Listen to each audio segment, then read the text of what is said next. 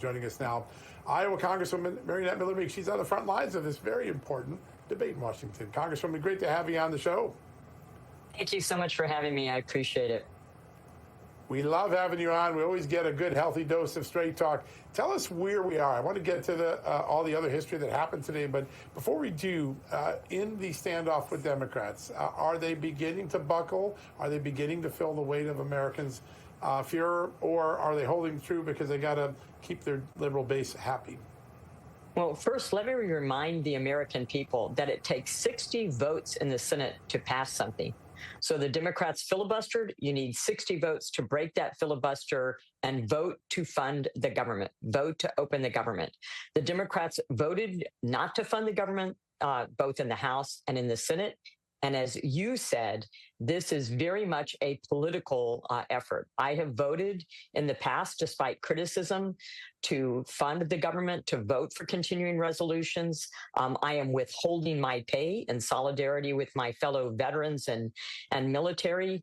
And as you know, John, my father was career Air Force. We got one paycheck a month. He was enlisted. My mom worked. There were 8 kids. I can tell you what it's like to miss a paycheck. I would watch him at the kitchen table, try to figure out if he was writing this check, would it make it in the mail in time, and to wherever the bill was owed, would they cash the check before his military check came in?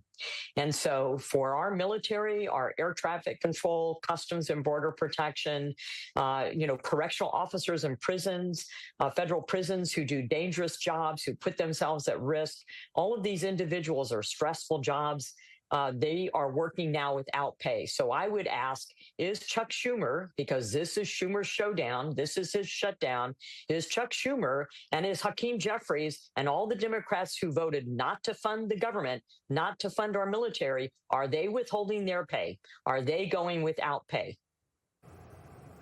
Absolutely. Great question. Congresswoman, you are in a unique position to talk to us about this because you served for over 20 years as a nurse and a physician in the Army. So you know what it's like if you are on a base, if you're at a facility, to have finite resources when it is a zero-sum game and you only have X amount of bandages, of medication, whatever the case may be.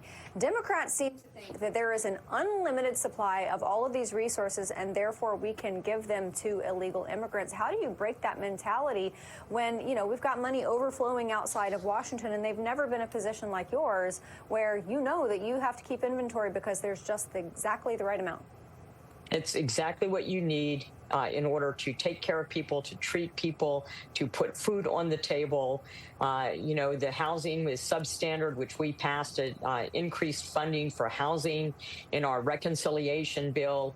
I would just say what they are doing is unconscionable. They are holding the American people hostage, and illegal immigrants and non-citizens do get Medicaid. They do get, benefits. The way the Biden administration oriented things, they're, stretching the Constitution and the law, and sometimes I think what they were doing was unconstitutional.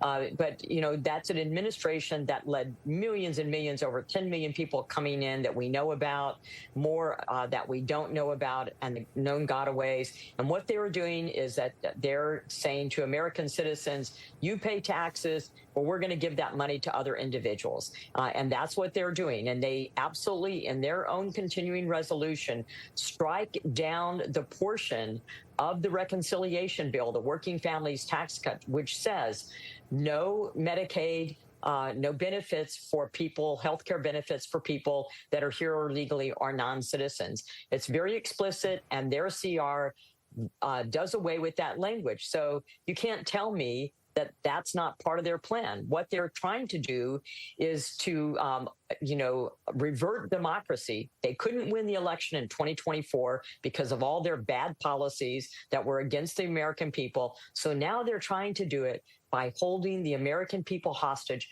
by not funding the government and not funding our military not funding. And thank goodness President Trump is coming up with a way to move funds around to fund our military. But there are still these other groups and other individuals, as I mentioned. And they've also, through USDA, moved money for WIC so that mothers and children will be able to have food as they run out, as this shutdown continues. But make no mistake about it. The Democrats voted politics. We Republicans voted people.